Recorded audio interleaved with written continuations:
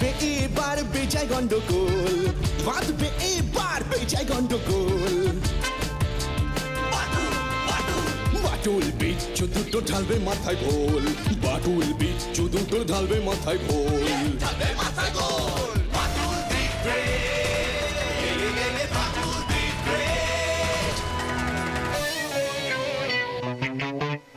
বাচ্চু বিচ্ছু আর হবো হাতি, বাটুলের কাছে তোরা খাবি লাথি। বাচ্চু বিচ্ছু আর হবো হাতি, বাটুলের কাছে তোরা খাবি লাথি। ছুটে গিয়ে তেরে ফুড়ে ঘুষি মেরে মুড়ে করে দেবে রোল রোল রোল। বাচ্চু বিচ্ছু ওরে ফাটবে এবার ঢোল, বাচ্চু বিচ্ছু ওরে ফাটবে এবার ঢোল। বাটুল দি গ্রেট, বাটুল দি গ্রেট। উপস্থিত সদস্যগণ, আজ আমাদের এই সভার মূল আলোচ্য বিষয় এই বছরের জন্য আমাদের ক্লাবের দুর্গা পুজোর পরিকল্পনা এবং গত বছরের পুজোর হিসেব পেশ। ওসব হিসেব পেশ টেস্ট পরে হবে, সবার আগে ঠিক করতে হবে এবার আমাদের পুজোর প্যান্ডেল কিসের হবে। ও বাটুল বাবু, এবারে কিন্তু ঢাকি শুদ্ধ ঢাক বায়না করতে হবে গো। সেবরে ওই বিশ্বু বাবুর ঢাক বাজানোর চটি ঠাকুর মশাই নবমীর দিন রাতে পুজো না করে পালাতে চাইছিল গো। অনেক কষ্টে তারে গলায় গামছাতে রাজি করেছিলাম। ছেলে ছোকরার হাতে ঢাক পড়লি সব বনেশ হয়ে যাবে গো, এ আমি বলি দিলুম। ও মিটিংয়ের খাতায় নিকে রাখেন। আরে বাবা, আগে তো প্যান্ডেল ঠিক হোক, তারপর ডাক। এবার আমাদের প্যান্ডেল হবে বলির প্যান্ডেল। থিম হবে মরুভূমি। বাটুল্লা, সিনটা একবার ভাবো, মাঠের 4-5 লরি বালি এনে ফেলে দিলেই হবে, কোনো প্যান্ডেলের ঝামেলা নেই। মা দুর্গা উটের পিঠে মরুভূমির উপর, মায়ের পিছনে লক্ষ্মী, সরস্বতী, কার্তিক, গণেশ সব লাইন করে দাঁড়িয়ে থাকবে। ঠিক যেন মনে হবে ওরা মাকে বলছে, জল দাও জল দাও, আর হাঁটতে পারছি না। আরে এটা কি রসিকতা হইতেছে বাটুল?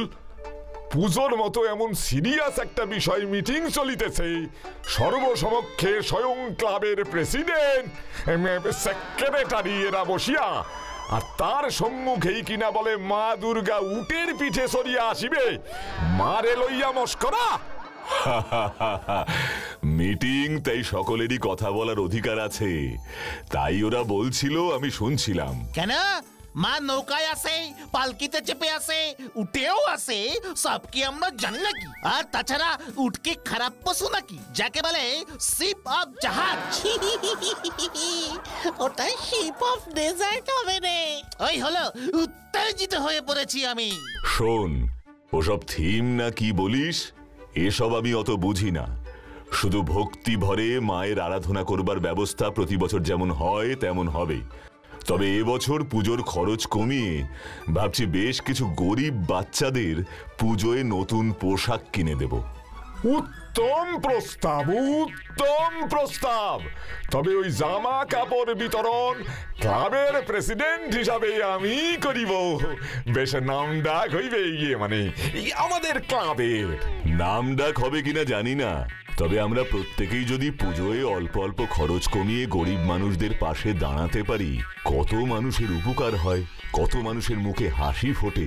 পুজো তো সবারই, কি বল? হ্যাঁ বাটুলদা, তুমি ঠিক বলেছো। তাই তো প্যান্ডেলের খরচ বাঁচিয়ে আমি মরুভূমি তৈরি করতে বলছি। বাটুল, আজ মিটিং এইখানেই ভঙ্গ করিলাম। এই মরুভূমিতে আমি থাকিব নাই, আমি বলিয়া দিয়ে গেলাম। ও বাটুলদা, তুমি সব ঠিক করে দাও তো, পুজো এসে গেল, এখনো কিচ্ছু হলো না আমাদের। ওসব মরুভূমির ভূত মাথা থেকে নামিয়ে ঠিকঠাক প্ল্যান করে আমার কাছে আয়, বিকেলে আবার বসবো। ভালো করে না ভেবে মিটিং এ বসা চলবে না। এই যে ও বাসুবাবু, বিশ্ববাবু, বলতেছি ওইসব মরুভূমির প্যান্ডেল, এই গনসা বলতেছে থিমের না নিমের প্যান্ডেল, ওসবের দরকার নেই গো।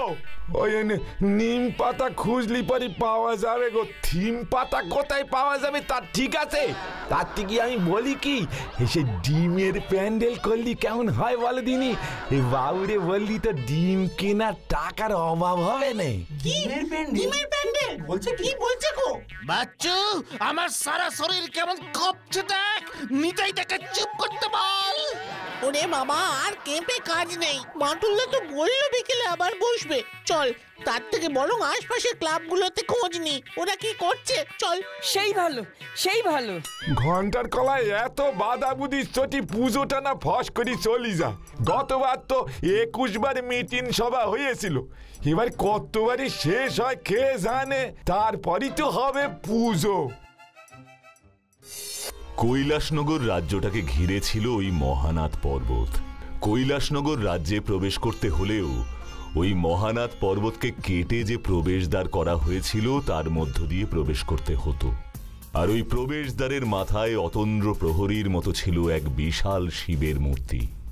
কৈলাসনগর রাজ্যের প্রজারা বিশ্বাস করত ওই মহাদেব শিব আছেন বলেই তাদের রাজ্য সুরক্ষিত। শিবের হাতে যে ত্রিশূলটা ছিল সেটার নাকি ছিল অলৌকিক শক্তি। না, কি বলছো কেন গো বাটুলদা?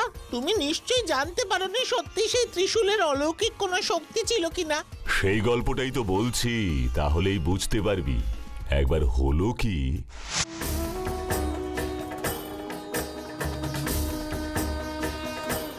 জয় বাবা মহাদেবের জয়, জয় বাবা মহাদেবের জয়। বাবা শঙ্কর ভোলানাথ, আমাদের কৈলাসনগরকে তুমি রক্ষা করো।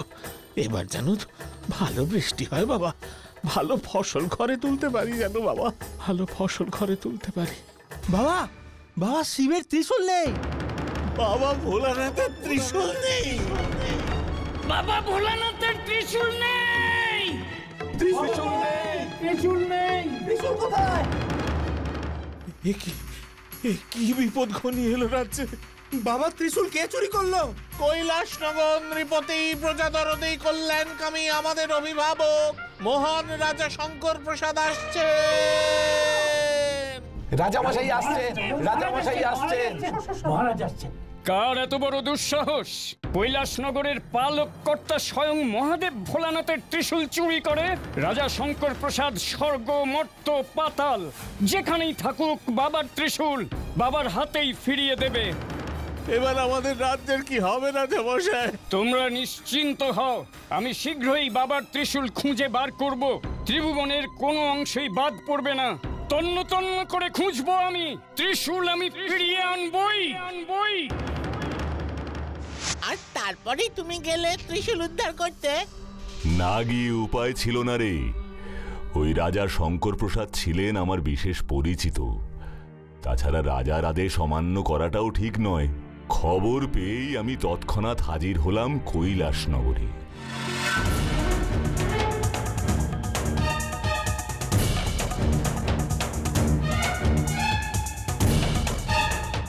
আশ্চর্য, জীবনের ঝুঁকি নিয়ে এত উঁচুতে উঠে শুধুমাত্র মহাদেবের ত্রিশূলটা চুরি। আচ্ছা মহারাজা, ওই ত্রিশূলটায় কি কোনো দামি পাথর লাগানো ছিল, বা ত্রিশূলটায় কি সোনা বা এই জাতীয় কোনো দামি ধাতু দিয়ে তৈরি? একদমই না বাটুল, ত্রিশূলটা ছিল খাঁটি ইস্পাতে। তবে আশেপাশে সকল রাজ্যের রাজাদেরই নজর ছিল মহাদেবের হাতে ধরা ওই ত্রিশূলটার ওপর। কারণ সকলের বিশ্বাস ওই ত্রিশূল যে রাজ্যে থাকবে তাদের কোনো রকম বিপদ বা সমস্যা হবে না, তাই তো? একদম তাই। কিন্তু আমার দৃঢ় বিশ্বাস ওই ত্রিশূল আছে বিরাটগড়ের রাজা বিজয়নাথের কাছে। রাজা বিজয়নাথ? কেন? বিরাটগড়ের রাজার উপর আপনার এত দৃঢ় সন্দেহ কেন? সন্দেহ নয়, আমি নিশ্চিত। কারণ বিজয়নাথ হলো আমার বড় ভাই, আমার বড় মা, মানে এই রাজ্যের বড় রানীমায়ের ছেলে। বাবা বিরাটগড় বড় রানীমার ছেলে বিজয়নাথকে দিয়েছিলেন, আর এই কৈলাসনগর পেয়েছিলাম আমি, অর্থাৎ বাবার ছোট রানীর ছেলে। বিজয়নাথের বরাবর নজর ছিল ওই ত্রিশূলের ওপর, কিন্তু বাবা কিছুতেই চাননি মহাদেব অধিষ্ঠান করবেন এই কৈলাসনগরে আর বাবার ত্রিশূল থাকবে ওই বিরাটগড়ে। আর তাই বিরাটগড়কে সুরক্ষিত করতে রাজা বিজয়নাথ বাবার ত্রিশূল চুরি করিয়েছেন, তাই তো? বাটুল, যে কোনো মূল্যে ওই ত্রিশূল আমার চাই। ওই ত্রিশূল আমার রাজ্যের রক্ষা কবচ। এ কি হঠাৎ এমন দুর্যোগ ঘনিয়ে এলো? বাটুল, আমি বলেছিলাম আমার রাজ্যে কেমন দুর্যোগ ঘনিয়ে আসছে। দেখো,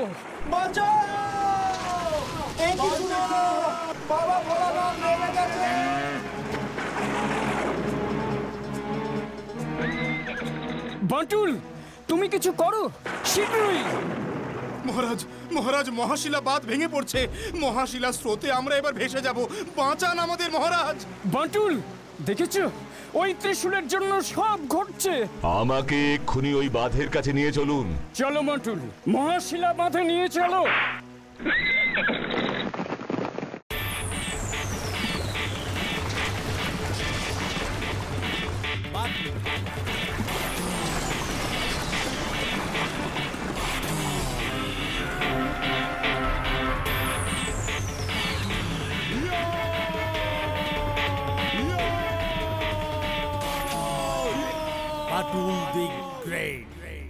বাপরে বাপ! তারপর কি হলো গো বাটুল্লা? কোন রকমে সেই দুর্যোগের সময় ওই মহাশিলা বাঁধটাকে বাঁচালাম। আর ওই ত্রিশূলটা? সেটাই তো বলছি। এবার ওদিকে হলো কি,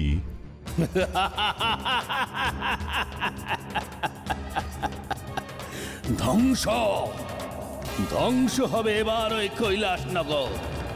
দেবাদিদেব শঙ্কর মহাদেবের মহাশক্তি ত্রিশূল এখন আমার কবজায়।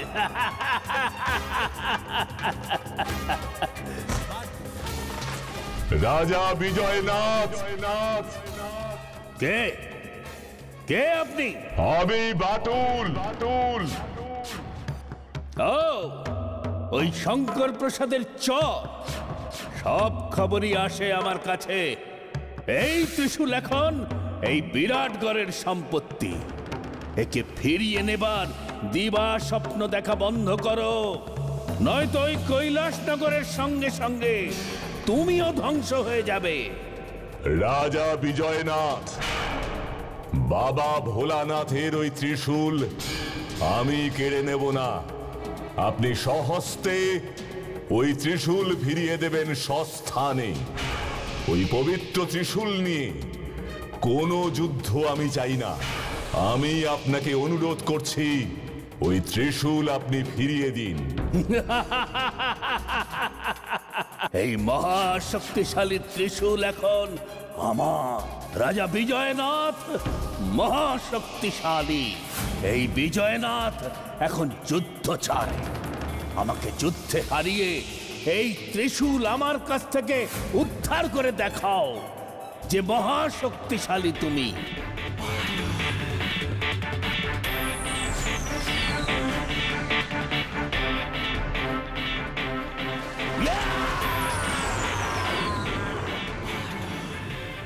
नमो शिवाय शान्ताय करणत्रयोहितविनिवेदयामि चत्वानं त्वङ्गोति परमेश्वर। नमो शिवाय शान्ताय करणत्रयोहितविनिवेदयामि चत्वानं त्वङ्गोति परमेश्वर। नमो शिवाय शान्ताय करणत्रयोहितविनिवेदयामि चत्वानं त्वङ्गोति परमेश्वर। नमो शिवाय शान्ताय करणत्रयोहितविनिवेदयामि चत्वानं त्वङ्गोति परमेश्वर।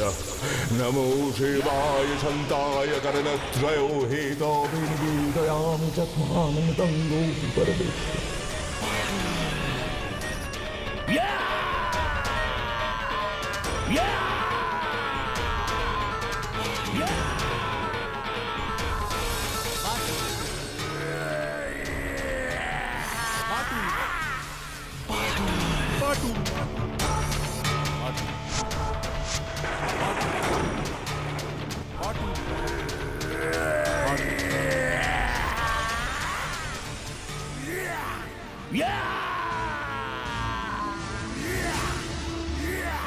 Batul the Great.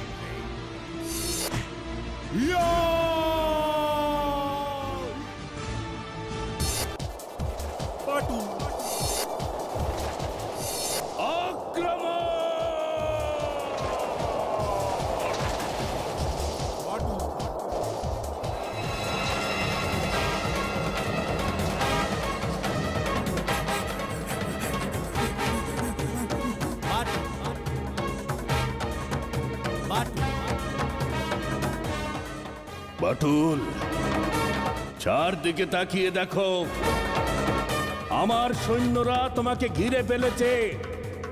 আমি জানি এই সমস্ত সৈন্য একযোগে তোমাকে আক্রমণ করলেও তুমি প্রতিরোধ করতে পারবে। তবে তুমি জেনে রেখো, ওই ত্রিশূল নিয়ে তুমি কৈলাসনগরে প্রবেশ করতে পারবে না। আর যদি করো, আমার এই সমস্ত সৈন্য ওই কৈলাসনগর আক্রমণ করবে। কৈলাসনগরের শক্তি ওই শঙ্কর মহাদেব ধ্বংস হয়ে যাবে। এবার তুমি বলো, তুমি কি চাও? তুমি কি করলে বাটুলদা? কেন লড়াই? বাটুলদার কাছে ওই সমস্ত সৈন্য টৈন্য নস্যি রে, নস্যি। তুমি ত্রিশূল দিয়ে দিলে আবার ওদের? যুদ্ধ করলে? না রে, যুদ্ধ করিনি, ত্রিশূলও ফিরিয়ে দিইনি। মানে? যুদ্ধ করলে আমি জিততাম ঠিকই, কিন্তু ওই নিষ্ঠুর বিজয়নাথ কৈলাসনগরের অমন সুন্দর স্থাপত্য শৈলী, ওই শিব মূর্তিটা হয়তো যুদ্ধ করে ধ্বংস করে দিত। তাই আমি একটা অন্য বুদ্ধি বার করলাম। ওম নমঃ শিবায় শান্তায় কারণত্রয় হেতবে নিবেদয়ামি চাতমানং ত্বং গৌতি পরমেশ্বর। বিজয়নাথ, এই ত্রিশূল আমি এখানেই রেখে গেলাম। আমি যুদ্ধ চাই না। তোমার ক্ষমতা থাকে তো ফিরিয়ে নাও এই ত্রিশূল।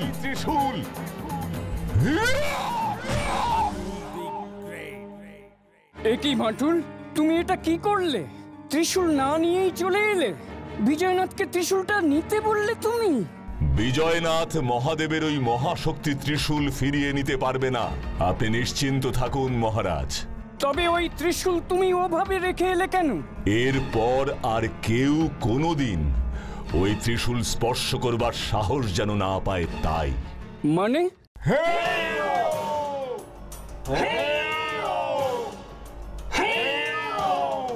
মাটি থেকে সামান্য ওই ত্রিশূলকে তুলতে পারছো না তোমরা, অপদার্থের দল।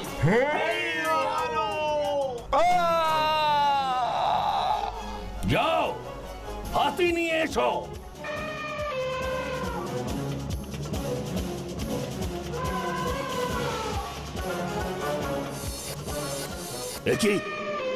এ কি হচ্ছে সব? আপনার বিরাট নগরের ধ্বংস। এত বড় সাহস! ক্ষমতা থাকে তো ওই ত্রিশূল তুলে দেখাও। ওই ত্রিশূল তো আমি পুঁতেছিলাম রাজা বিজয়নাথ। চালাকি করে আমার ক্ষমতা দেখতে চেয়ে ত্রিশূলটা মাটি থেকে আমাকে দিয়ে তোলাতে চাইছেন।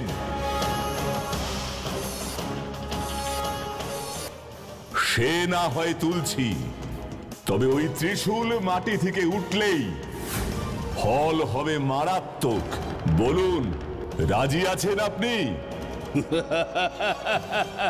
বুদ্ধিতে তুমিও দেখছি কম যাও না। শোনো, কোন মারাত্মক ফলকেই এই বিজয়নাথ ভয় করে না। ওই ত্রিশূল আমার হবে। ওই ত্রিশূল পেতে আমি সব কিছু করতে প্রস্তুত। তবে তাই হোক। ধ্বংসের জন্য প্রস্তুত থাকুন বিজয়নাথ। জয় বাবা শঙ্কর মহাদেবের জয়।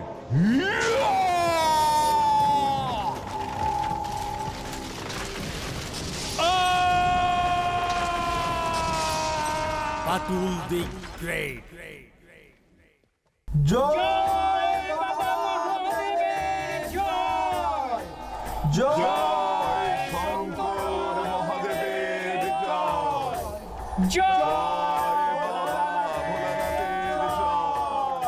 জয় আমাদের বাটুলদার জয়।